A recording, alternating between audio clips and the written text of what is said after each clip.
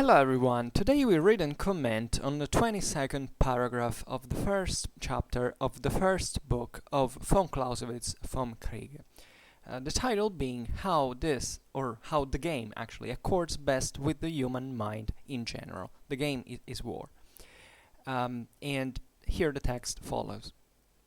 Although our intellect always feels itself urged towards clearness and certainty, still our mind often feels itself attracted by uncertainty. Instead of treading its way with the understanding along the narrow path of philosophical investigations and logical conclusions, in order, almost unconscious of itself, to arrive in spaces where it feels itself a stranger and where it seems to part from all well-known objects, it prefers to remain with the imagination in the realms of chance and luck. Instead of living yonder on poor necessity, it revels here in the wealth of possibilities. Animated thereby, courage then takes wings to itself, and daring and danger make the element into which it launches itself as a fearless swimmer plunges into the stream. Shall theory leave it here and move on self-satisfied with absolute conclusions and rules, then it is of no practical use. Theory must also take into account the human element. It must accord a place to courage, to boldness, even to rashness.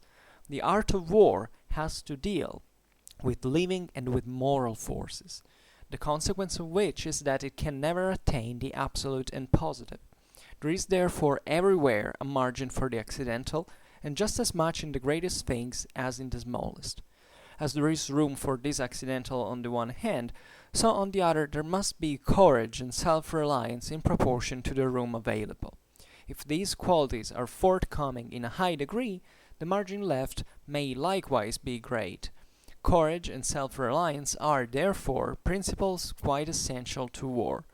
Consequently, theory must only set up such rules as allow ample scope for all degrees or varieties of these necessary and noblest of military virtues. In daring, there may still be wisdom and prudence as well, only they are estimated by a different standard of value. So, this is one of the most beautiful paragraphs from the Vom Kriege, and here von Clausewitz brings reality basically in the foreground, after having explained out the logics of war, starting from the utmost absolute and gradually, introducing factors, elements that come to control and modify combat and struggle, and the use of violence. As a matter of fact, here finally there is a general consideration on what we are sort of condemned to be as human beings. Fortunately, I would say, because otherwise we wouldn't exist as humans in our irrational dimension. That is fundamentally it comes to be one of the most important factors, one of the most important determinant factors into war in general. And here the paragraph is split in two. In the first one, von Clausewitz actually talks about how this tendency of the human mind to remain fundamentally into the realm of chance and luck, rather than trying to assess the reality of the situation and forcing itself into this narrow path of philosophical investigation and logical conclusions. Then the second part is the most important question, though, that is, should theory leave out from the calculated its conclusions and rules this irrational factor of human nature that makes human nature fundamentally what it is? Obviously not.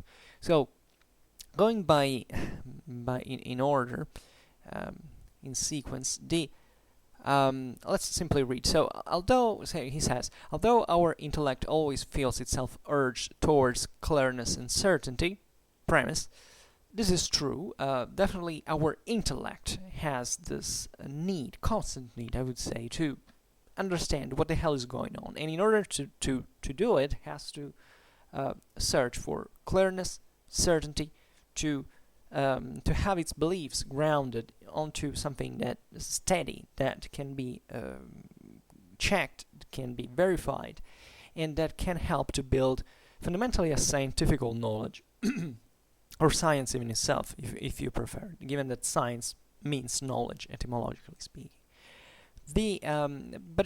But there is another aspect of our mind that is, if you want, greater in importance. That is, still our mind often feels itself attracted by uncertainty.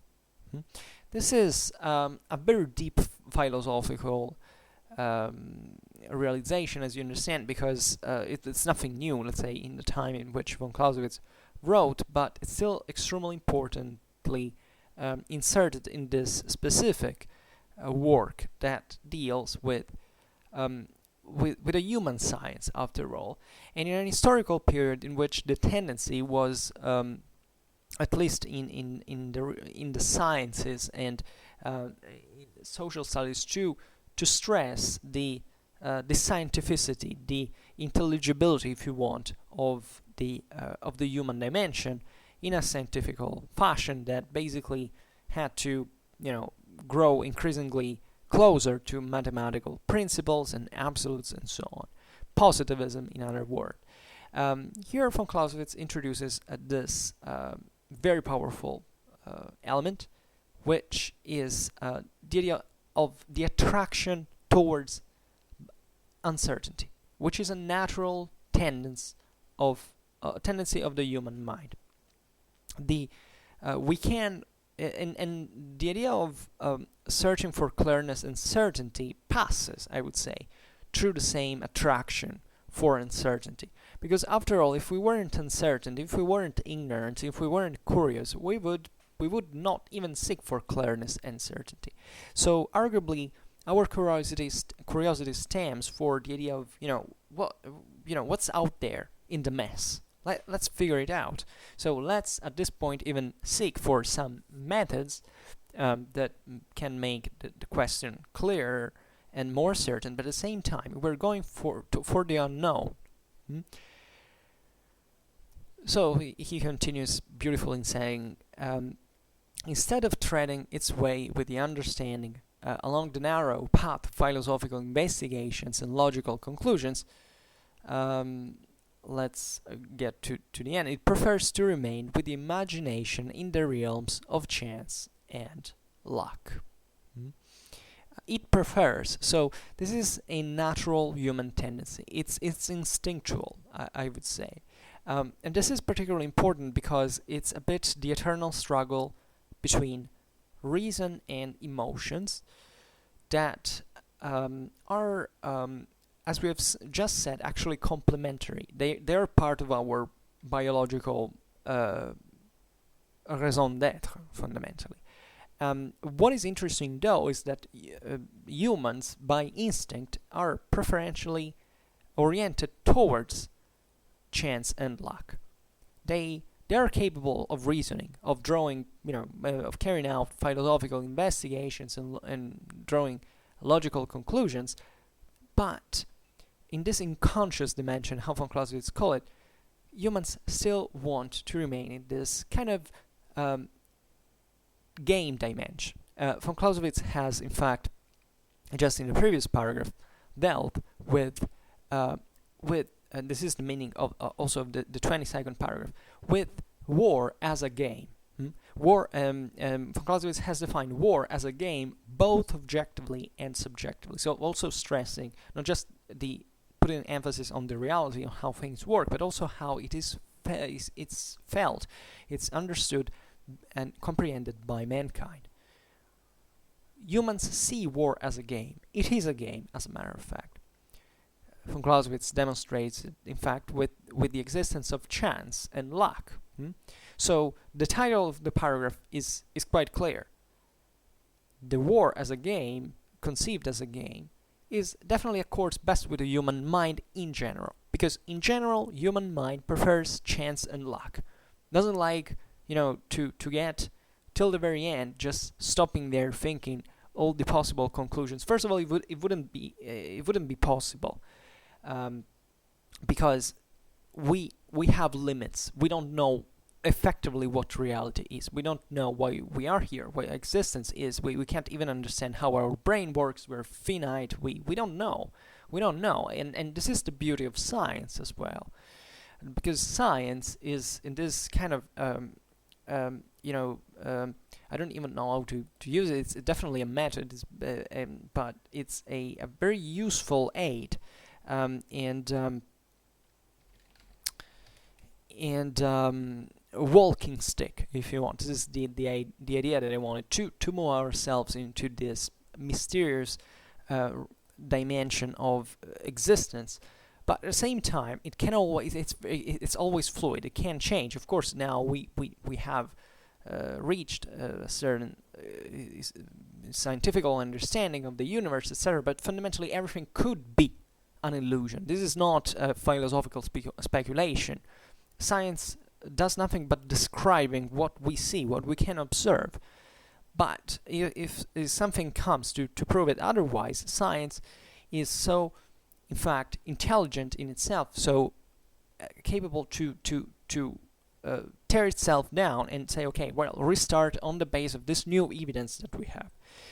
But what pushes us to understand this evidence is our curiosity, and this curiosity is pushed instinctively by an attraction towards the unknown. We have to be honest about it, and most of our decisions are actually irrational. Do you think that we live rational lives? Well, none of us does, and we are driven by our emotions, and what reason serves to is effectively to appease better our emotions in this process by making things work for how we observe them in reality, and therefore we go on with philosophical investigations, logical conclusions, and rationality. But at the same time, this is all oriented towards our emotions, so our feelings, the way we enjoy life, and we try to be part of this great mystery that it is at the end of the day. So now I skipped a bunch of propositions in the middle, which say,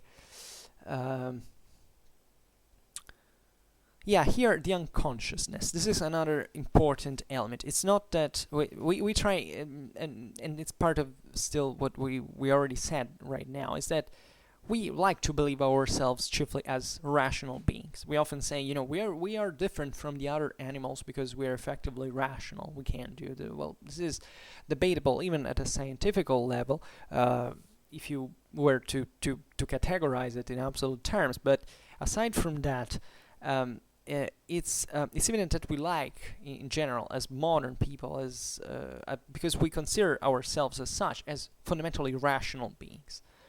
But it turns out we are not. I mean, most of our decisions, most of the things we do and the way we do them are irrational, are not a perfect mathematical conclusion. We see it in every kind of social study, every sociological field. Think about economy.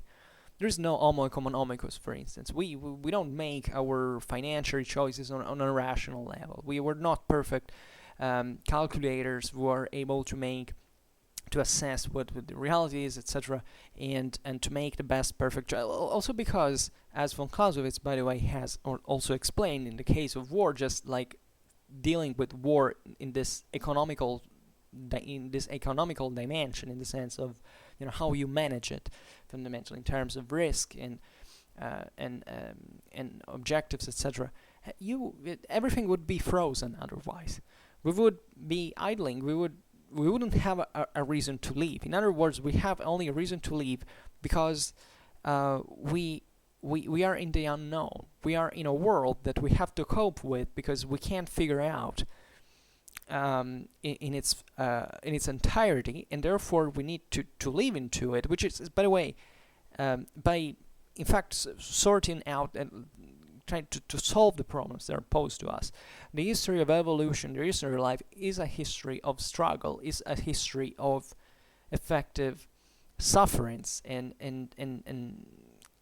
our evolution actually came not out of a positive evolution. It came out of a brutal natural selection where basically you're not even meant to survive if the conditions do not allow you to. It's just a chance fundamentally, and what the progress that you see from your perspective is nothing but a selection occurred because who was not apt to that particular environment died. And what happened in the environment is not something you can fundamentally predict. And this is true particularly today. I mean, in our society, this was true, of course, at all times, but in today's world, and especially even within human society, this became increasingly more evident. Yes, of course, we live better. I'm not saying that we are selecting ourselves brutally to keep, picking the kind of the most apt for survival, but we're effectively moving a system that is increasingly complex, is increasingly dynamic, and this is because of us as humans. So war definitely is encompassed in this realm of social, of human dimension, of social dynamics, and it's practically impossible to solve it. So what now von Clausewitz will fundamentally explain at the end of the paragraph is that you have to refuse any scientifical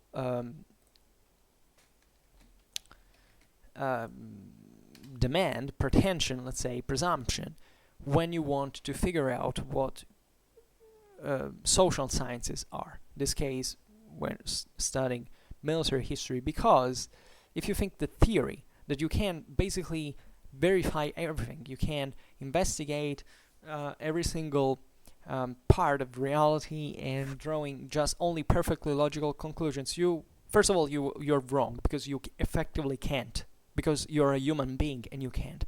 But secondly, you will never get to understand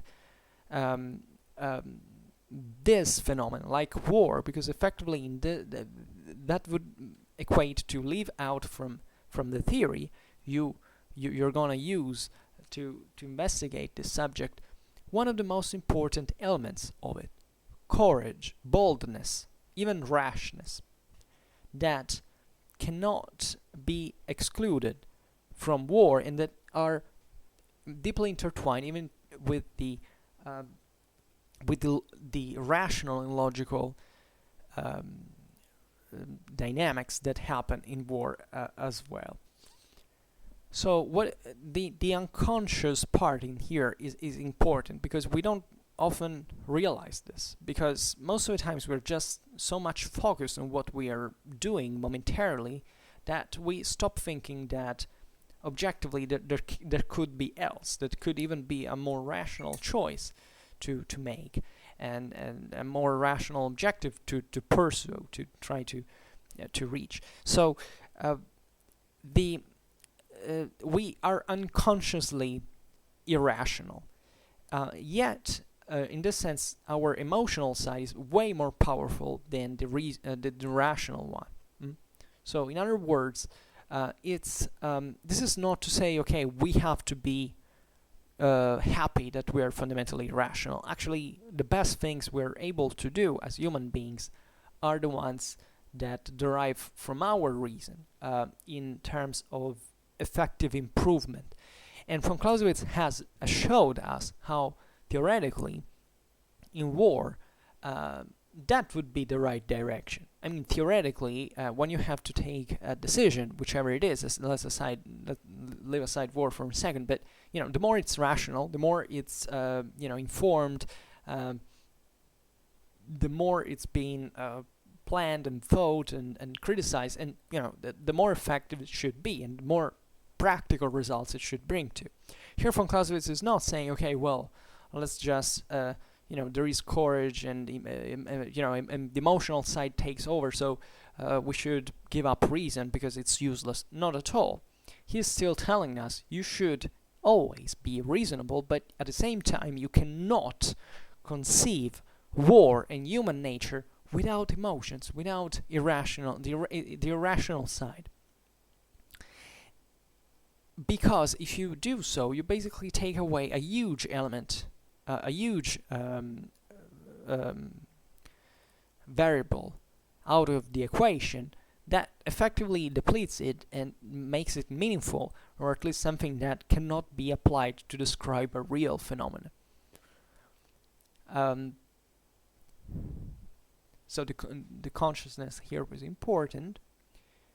And here makes also another consideration, that is that philosophical investigations and logical conclusions bring into spaces where the human mind feels itself a stranger.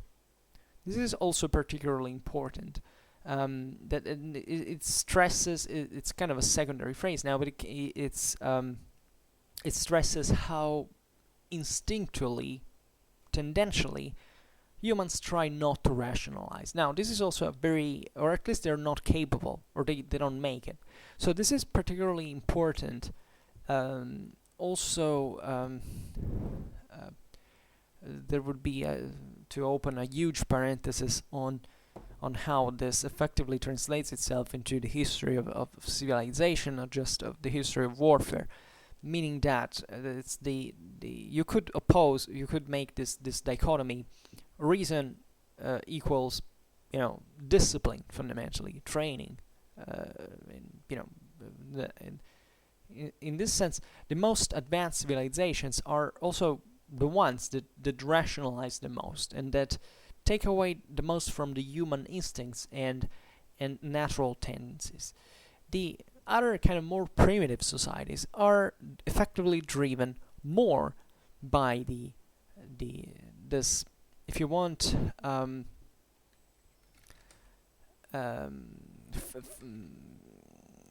fatalist approach that is partly, telling the truth, in historical perspective, is always kind of not really rationalized, but it's something that's being structured on the base of certain logical dynamics. You can't see primitive peoples as peoples that live in less rational ways, independently from what they think it like individually as humans.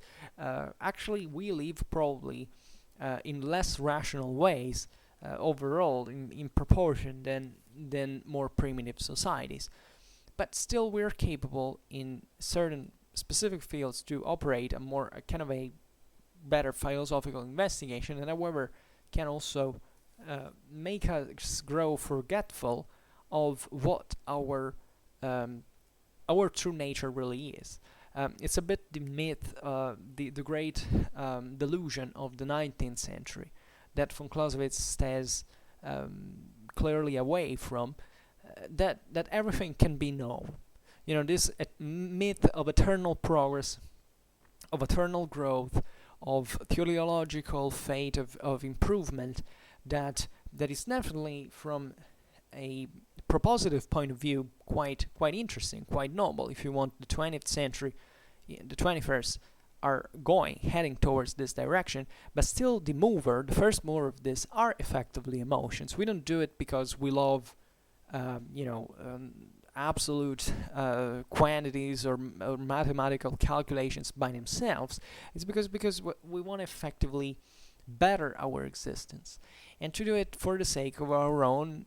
Well, of course, naturally speaking, we're kind of preset in order to make the species survive over time, etc. But at the same time, at an individual level, it also encompasses a broader amount of needs, of hopes, that are particularly important, and that are emotional. Now, emotions are not detached by not just they're not detached from reason, but they also should be able to listen to our emotions to understand ourselves. I mean, emotions are natural feelings that we have that are essentially a message from our own organism that says, look at this thing, it's important, we think about it for a reason. And of course, at this point in history, we're able even to abstract ourselves, to be quite cold and cynic in the way we observe certain things. But nevertheless, what von Clausewitz wants us to understand, wants us to understand, is that you can't take away emotions from the general calculation of what social dynamics are all about. And it's instinct. It's not. This is the beauty of reason and of knowledge, if you want it, that is not so intuitive. At least there can be an intuition about it naturally, but it's still based on kind of logical and reasonable conclusion. But there are many aspects of our knowledge that are kind of artificially built. Our neurological system basically has developed extremely fast. Evolutionistically speaking, there is also a kind of a detachment from our own biological structure that has been produced by even our accelerated brutal selection. I mean, it's ugly to say, but there was a time basically we took out of we make distinguish the less intelligent. I mean, those who effectively were less smart, and in this sense were either brutally killed or basically left out of the group. And we have, in this sense, brutally accelerated our intellectual capabilities. But at the same time, we're still dominated. Just see how our hormones work, how we are balanced biologically. We're still based on emotions. So it's as if reason floated a bit around over this element. So at the same time, reason can intervene on emotions as well, and this is in war as well as in politics and in society particularly meaningful, because we are effectively, I think, the only animals that are capable of self-inducting certain emotions, and this is particularly important into war as well, in the way we have created in war as a product of civilization. We should also abandon this delusional idea that war is kind of antithetic to civilization. War is part of civilization, and effectively civilization has grown also thanks to war. And history, biology,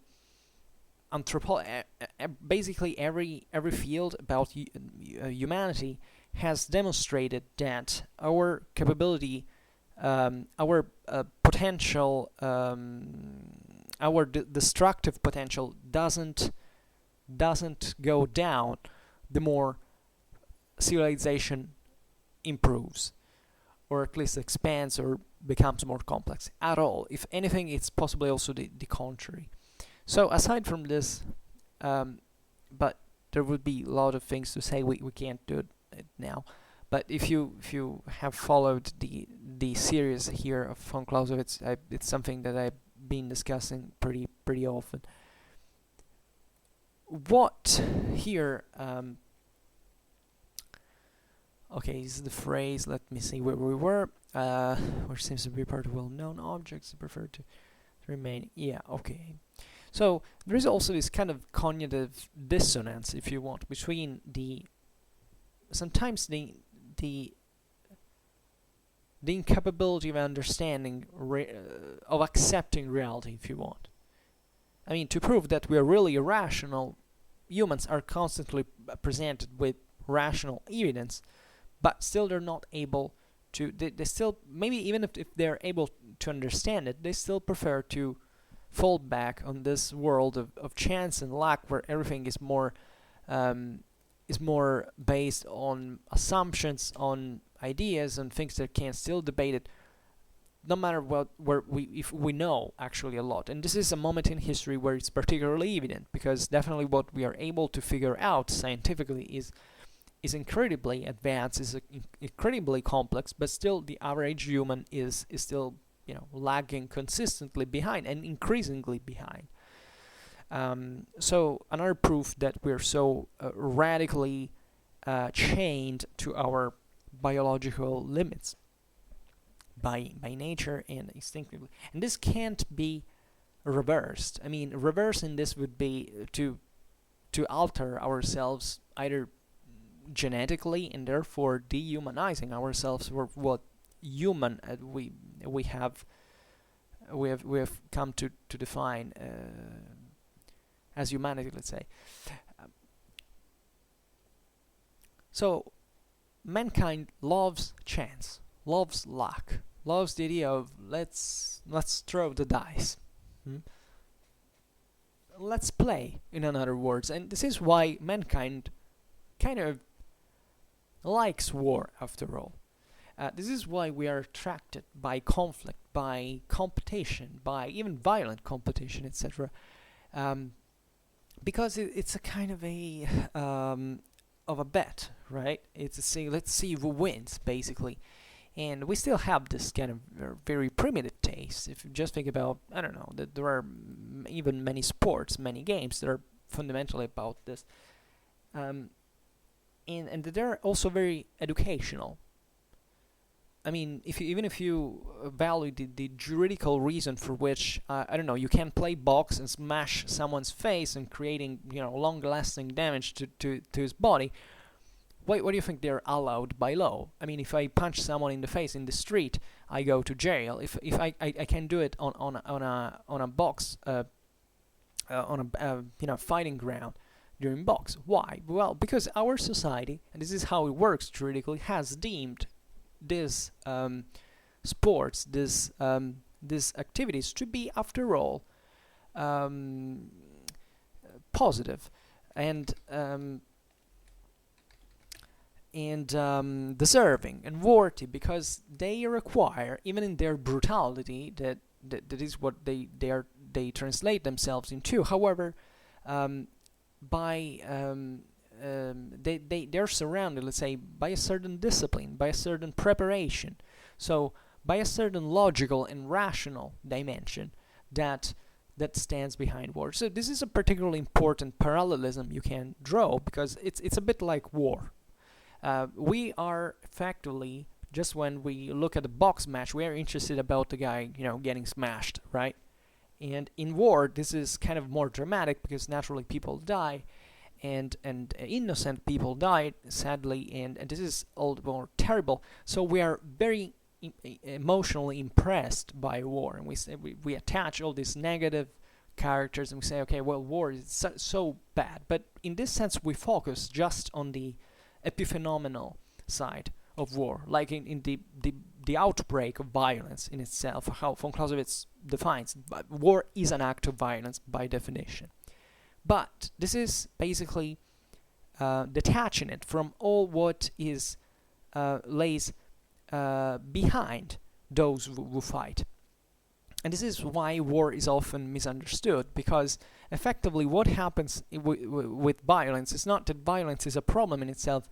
Violence is a problem because there are people who enact it, and they enact it for some reasons. Now, enacting violence this is the parallelism I draw, for freeing Europe from Nazi fascism, I think it's perfectly fine. So you realize in here that it's not about violence, the problem, the basic problem, but it's about the motives. And too often, in my opinion, we look at war simply from the phenomenal side, and we say, okay, we should simply get rid of war because it's brutal. Yeah, okay, but there are still people dying in millions just because, I don't know, we sell cigarettes, or because, we block certain milk exports to certain African countries, or for some other reason that you're perfectly okay with, and that causes way more deaths than war, and that has a huge cost in many ways. Think about all the people who die of cancer for smoking cigarettes. Think about the cost for, in fact, for society, for health, for all this stuff, for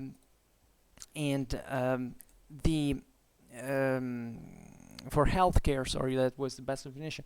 So, but we're still okay with that. So this is another proof of our irrationality, and by the way, another proof of how societies that are the ones who effectively enact war, because this is how it happens, even if it passes through politics, but it's fundamentally, the same, the same mover in many ways. Still, yeah, they're not okay with war, but they keep making it, and they keep accepting it in many ways. And so I don't know where I was going with this, but I think you got what the point is, that when you study war, is imperative to know why war is fought. Because if you concentrate just on the outbreak of violence in itself, well, you can't basically understand why that happens. But this happens not just at political level, because you can't say, oh well, but I still can't study war as an isolated thing, right? No, you can't. Because even if you go look at the tiniest corner of a battlefield and you look at a soldier that is, with a gun, pointing at an enemy at 10 meters from him, you can't understand why that soldier pulls the trigger if you don't understand what is in his mind at that moment, how it's been driven there, how it's been trained, how it's been trained to even automatically kill a human being, which is something that humans normally do not do, and that's why we need training and discipline, because usually that's not how we're meant even to work. So that all depends even on that individual. So it gets down to the actual human understanding at an individual level. So it's not something war is not something you can ever abstract from politics, from society, but at an individual level, from reason and intellect, but also and especially from emotions. You can't understand that, because that trigger many times, for instance, has not been pulled. For instance, when the gun was pointed to Hitler during World War I, I think twice. And why? Because I think it was a British soldier definitely was a British soldier, didn't want to kill that German wounded there. It seemed to be brutal, to be barbaric. Well, that German, that Austrian actually went on to cause effectively the most devastating conflict of all mankind, bringing tens of millions of people into ashes, basically turning them into ashes. So you have to understand how these things work, because whatever they work like, they matter. And this is what von Clausewitz is talking to us about. He's telling us, look, that you can't make a war a purely rational thing, because it is not, and it's not even by greater margin. So this is particularly important, and humanity feels stranger actually to rationality, tendentially speaking, instinctively speaking. We react more readily from an instinctual point of view than by a reason point of view. That's why discipline in war is so harsh, because basically you have to train human beings to stand without batting an eye under the fire of a mitraille. How can you do that? Well, basically by making them expect something, well, not really worse at that point, but having basically triggered in them some even mechanical or conditioned reflex, basically, in order to stand there while they're being effectively butchered down. So,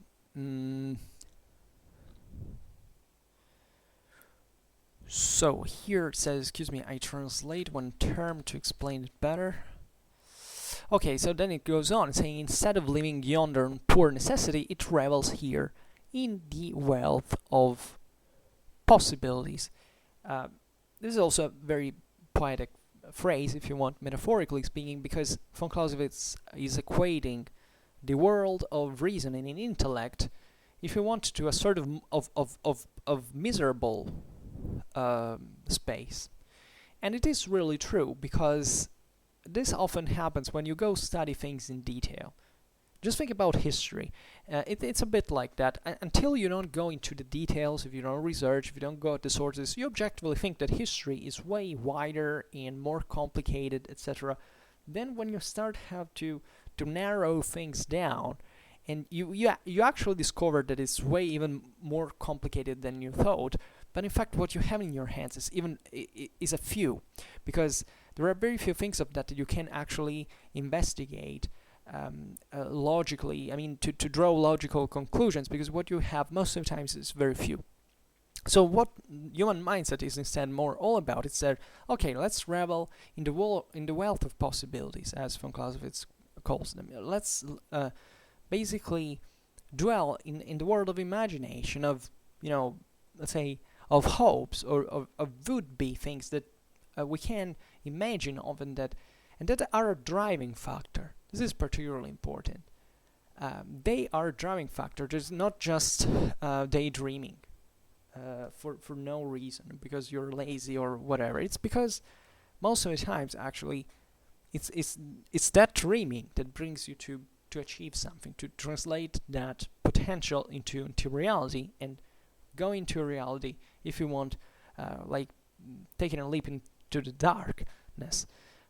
It's at that point that you have to arm yourself with reason and logics, but you're still moved principally by your emotions, by your irrational dimension. And then here a beautiful phrase: animated thereby, courage then takes wings to itself, and daring and danger make the element into which it launches itself, as a fearless swimmer plunges into the stream. This is one of the most beautiful phrases from Krieg. So here, von Clausewitz focuses the attention on courage once again, because he has been talking in previous paragraph about the importance of risk, and therefore of danger, and how courage is fundamentally the most important moral quality in danger. We have seen it. If you're interested, go listen to the previous paragraph. It's very fascinating also the way he puts that. So here, courage takes wings to itself, which basically means what we were saying before, that you don't, by dreaming, you're not actually achieving something better. Yeah, you can maybe plan on the base of your experience, of your expectations, etc., but fundamentally you go out there just because you feel this sense. So it's as if you pushed yourself to do it, and that's what happens. And it takes courage. It takes the risk to take a risk, if you want. So this is a daring and dangerous enterprise, but nevertheless, humans go for it, and they launch themselves as a fearless swimmer plunges into the stream. Beautiful phrase. So here now we get on even more beautiful grounds from as an explanation, because von Clausewitz makes the rhetorical question: shall theory leave it here and move on, self-satisfied with absolute conclusions and rules? So this is what von Clausewitz up to here has done to explain us fundamentally how the essentials of war, as of combat, practically are. But we still haven't gone into the real quid, let's say, in medias res. That is fundamentally how, we have explained us how we fight, how the laws of reciprocity, what combat is, what war is, how violence works, how this is controlled, etc. But when do we get to the point? How is a war really fought? So von Clausewitz says, shall we just be satisfied with theory as we have exposed it? But of course not.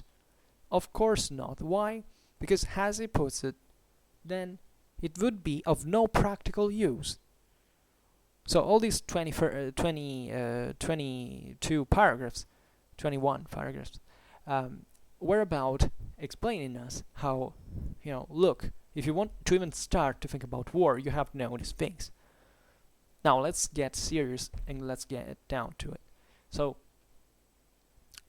this happens because theory must also take into account the human element. I'm quoting directly from Clausewitz. It must accord a place to courage, to boldness, even to rashness.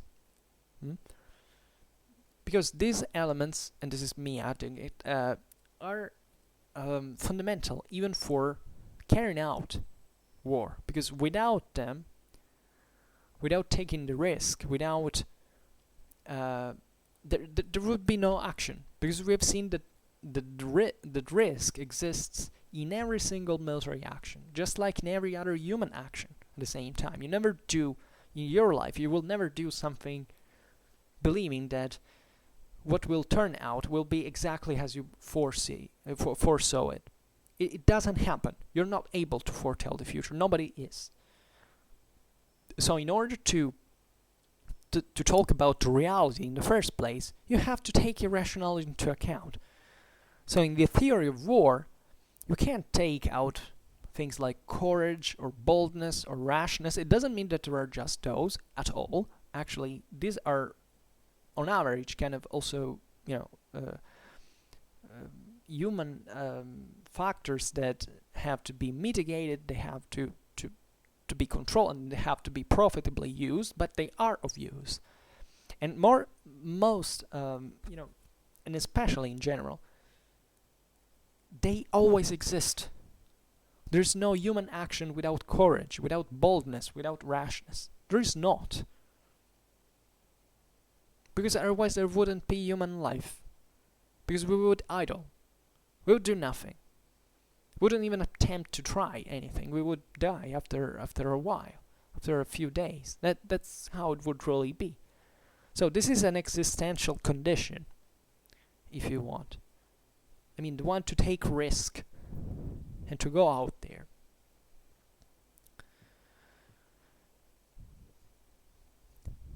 So, here, beautifully said, the art of war has to deal with living and with moral forces, the consequence of which is that it can never attain the absolute and positive. So this is, in a nutshell, positivism destroyed. And this is effectively the destruction, in fact, of all the military theories that were taken into account at the time, the possibility to understand war simply through mathematical equations. Living and moral forces, this is particularly important. War is not talking about abstract entities that move for some ideal reason, etc. We're talking about people. We're talking about living beings with a moral. With moral forces, with moral resources, with something that vary wildly, by the way. We're not machines. And even if we were, here it's not just about that, it's not just about the mind, it's also about the body, it's about the fact that we are finite, but we have certain physical limits, fundamentally, that also are influenced at the same time moral forces. Beautiful phrase. I would reread it just to fix it in mind, because it's particularly powerful. The art of war has to deal with living and with moral forces, the consequence of which is that it can never attain the absolute and the positive. Beautiful. Then he goes on. There is therefore everywhere a margin for the accidental, and just as much in the greatest things as in the smallest. This is also self-evident. This is once again the laws of thermodynamics. Systems always decay. And basically you can't avoid that. So there is always a margin from things that go wrong, to tell it in other words.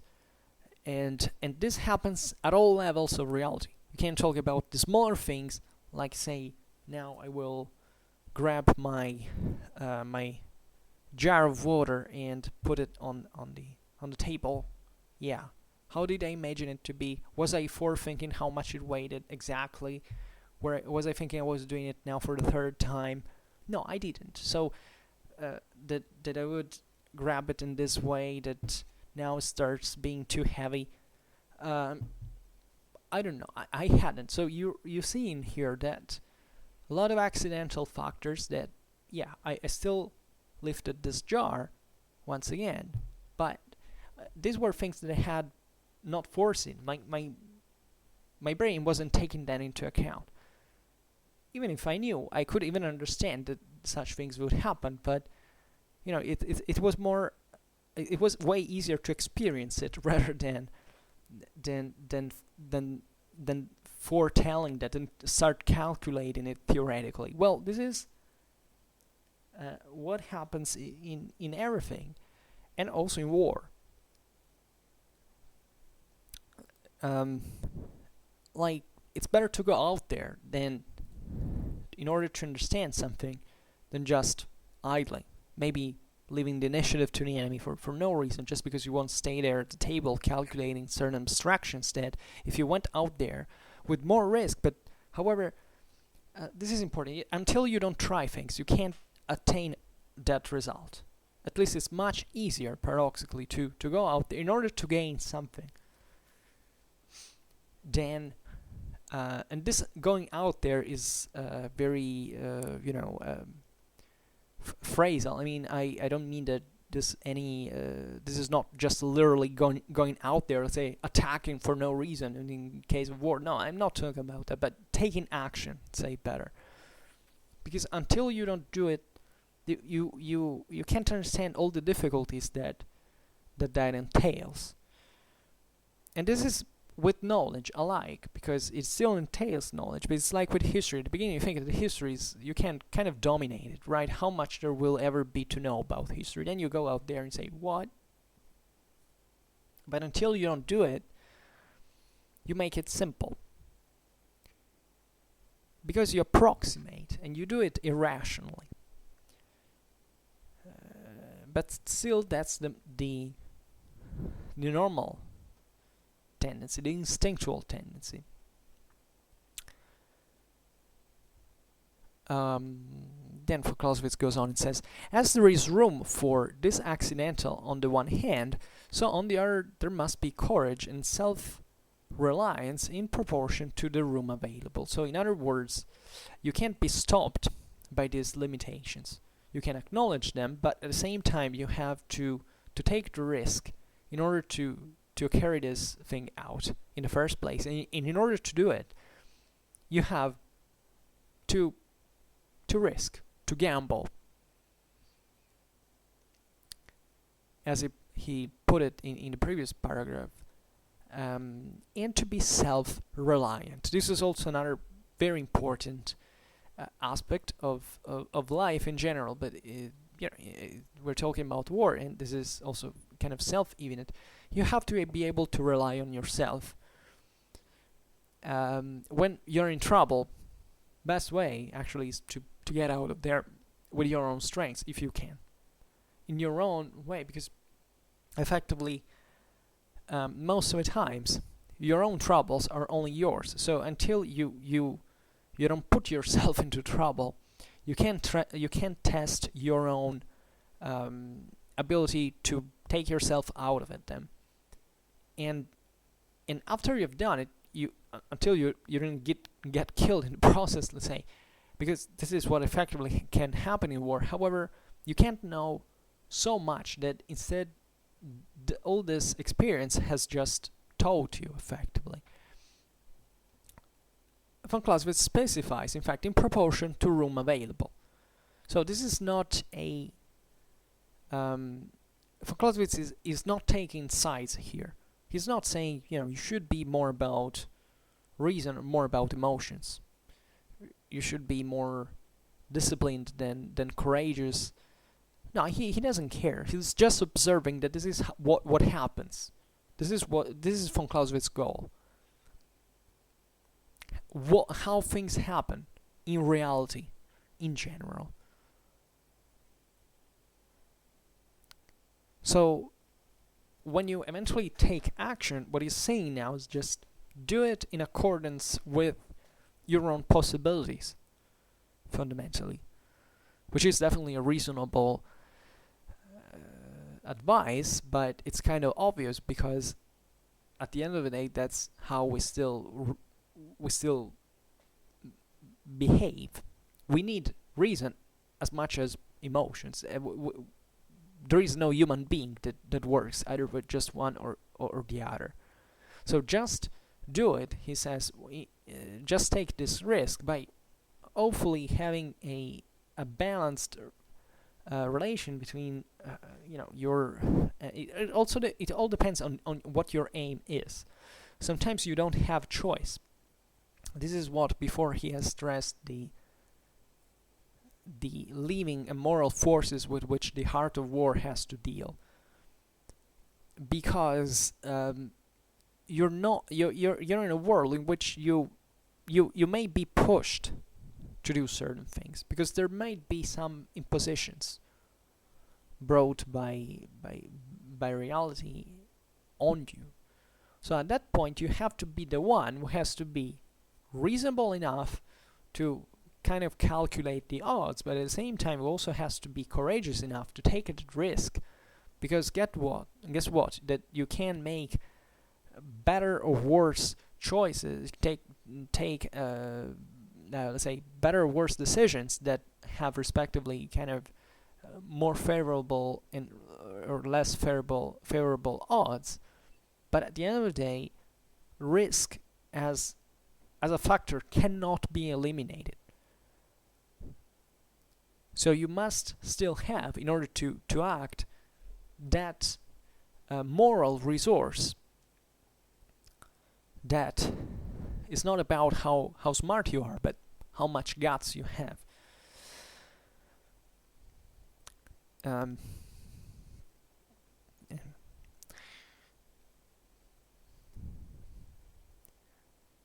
So take into account that I have now a kind of a vulgar phrase in my mind, but that bad things, let's say, happen.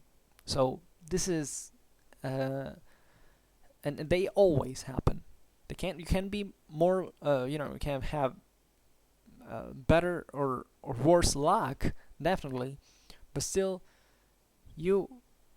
things you didn't program at least happen. So you can't just close yourself in the shelter and stay and rot in there. If you want to have a satisfactory life, you have to take your own responsibilities and to be able to be courageous and self-reliant, as well as hopefully reasonable and considerate and wise.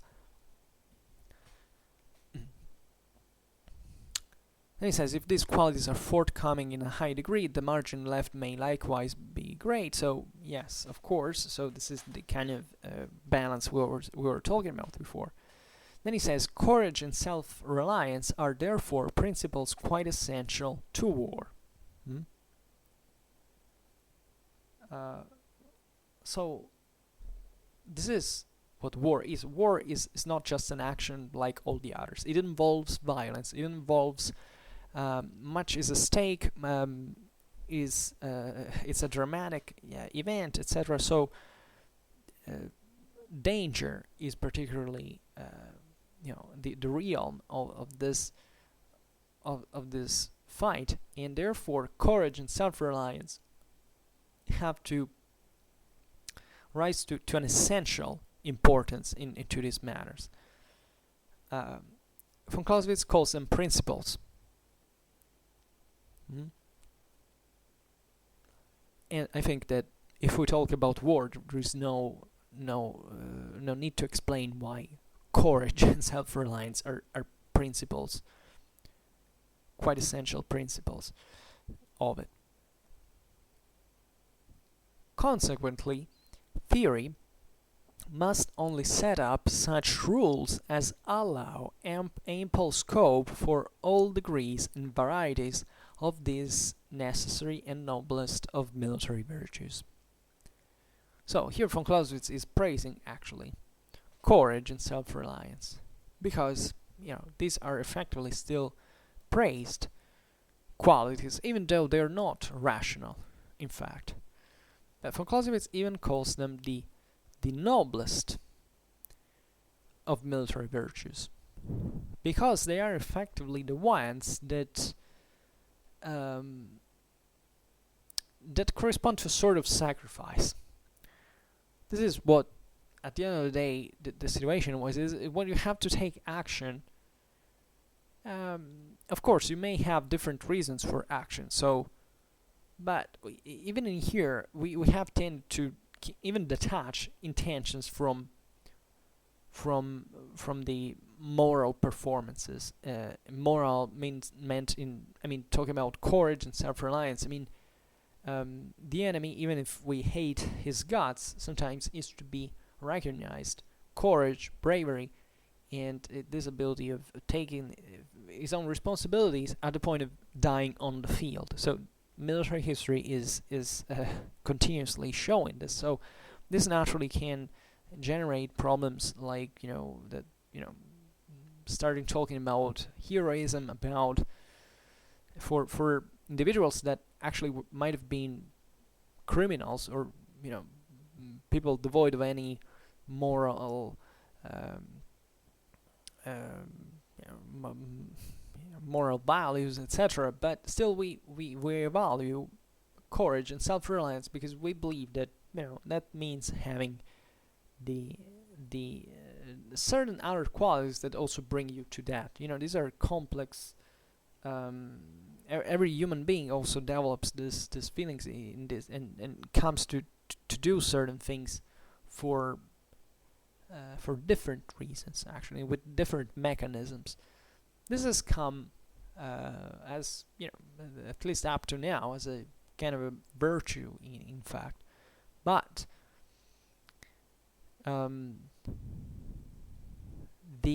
so here von Clausewitz is fundamentally advocating for courage, for this, because he says in daring there may still be wisdom and prudence as well, only they are estimated by a different standard of value. And this is definitely the point, that being, in fact, just like I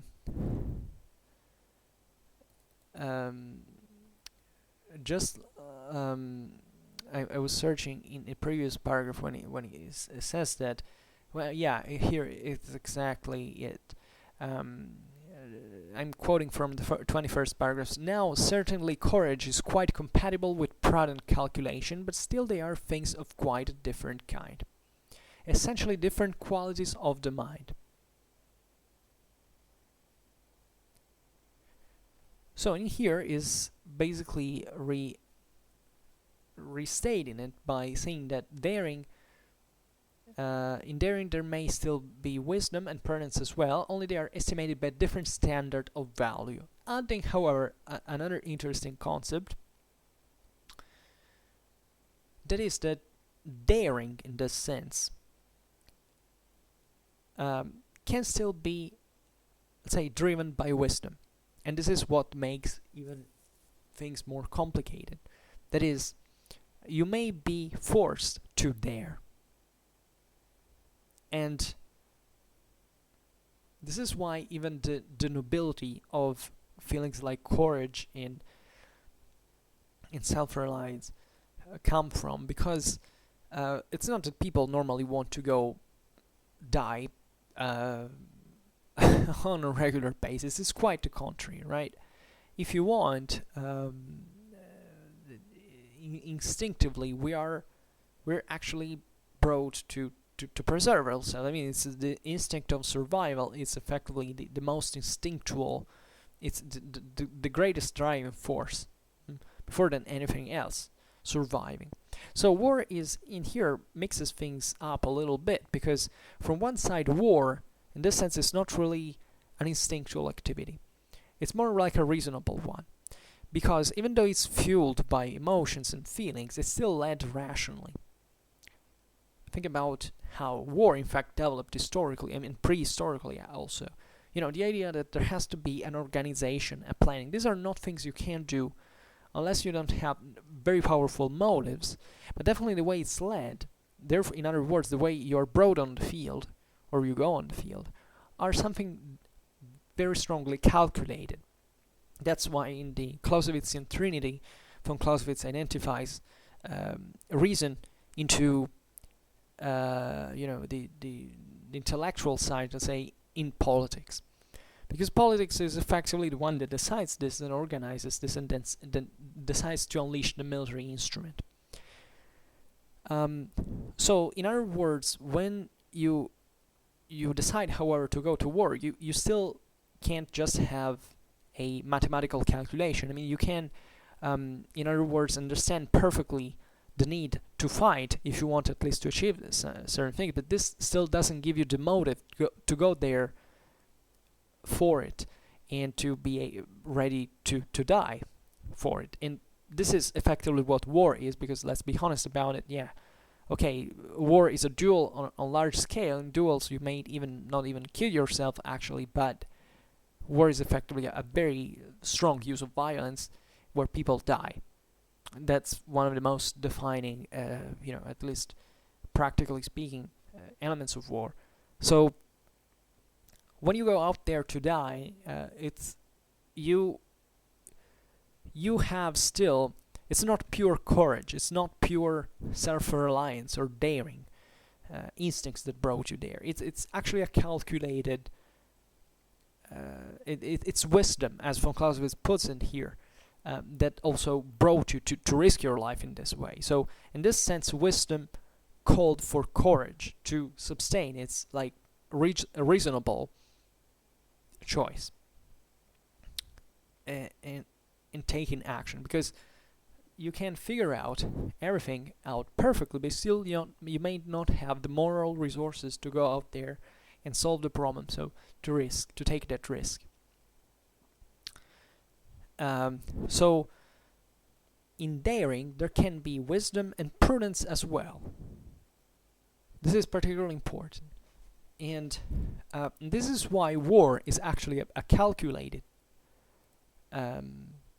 use of violence. It's not just raging, as is often depicted. Let's go to war just because we're evil and bad. But there is an actual reasonable choice that can stem from many ones. Of course, there are wars that have been started for quite ideological reasons, but this is also kind of relative. It's often way more complicated, and it in general, in order to move something like war, where you must already have developed a certain degree of intelligence, of organizational capability, of capacity of foreseeing what you're going towards to, because, and by approximation, every single war in history has been fought with a substantial degree of this. Then of course there were rash wars or poorly organized wars, or things that went seriously wrong because of poor planning and all, but at the same time there is, by sheer experience and practice, a kind of a solid base of wisdom and prudence that leads war, and that decides and that calls for this the stronger feelings that sometimes can be required. In fact, to those who fight in their ignorance, if you want. That's why politics is fundamentally the more intellectual side, and the people is the more irrational one. Because politics is the more rational one, people the more irrational one, because politics directs and people just follow. So politics channels people's irrationality in order to fuel the courage required during the military action, when it takes place, when the military instrument is used. And that's why fundamentally the more you, well, now it's complicated, but von Clausewitz at a certain point makes, we will see it, a kind of a description of all the various psychological profiles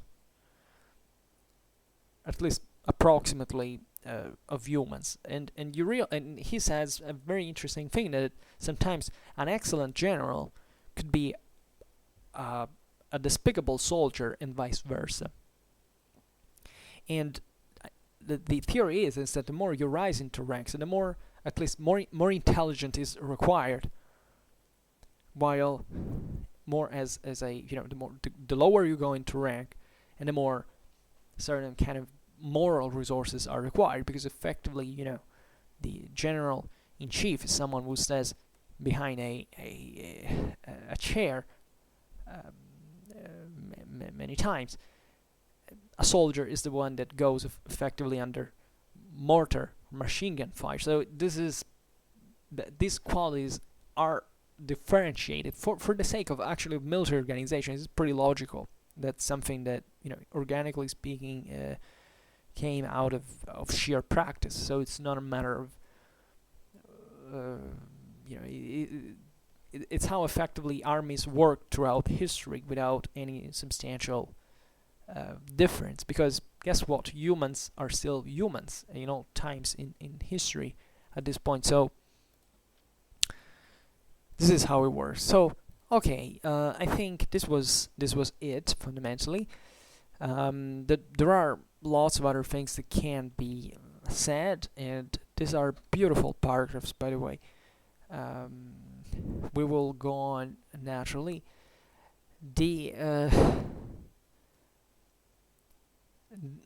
Okay, I won't add anything, but just remember that this is how von Clausewitz describes reality. Reality is not simple. There are several different shades. There is never a single fitting solution. Everything depends on the context, and it depends on what your aims are, what your calculated risk and courage are about fundamentally. He is here for explaining you simply how it works. So he's not pushing you to do anything. He's looking straight at you and telling it's all about you. It's you who decides. It's you who decides when to use violence. No one else. I mean, you at least, if you are in place of, naturally being free of deciding what you want, which is, historically speaking, not always the truth, but still, by large margins, this is also what every human is about. So let's leaving aside relative factors, this is how it works. Okay, so for now, I just hope that you enjoyed this video. If you did, please share it, otherwise leave a like or subscribe to my channel if you're interested in my upcoming contents. And for now, I thank you heartily for listening to me. I wish you a nice time and see you next time. Bye.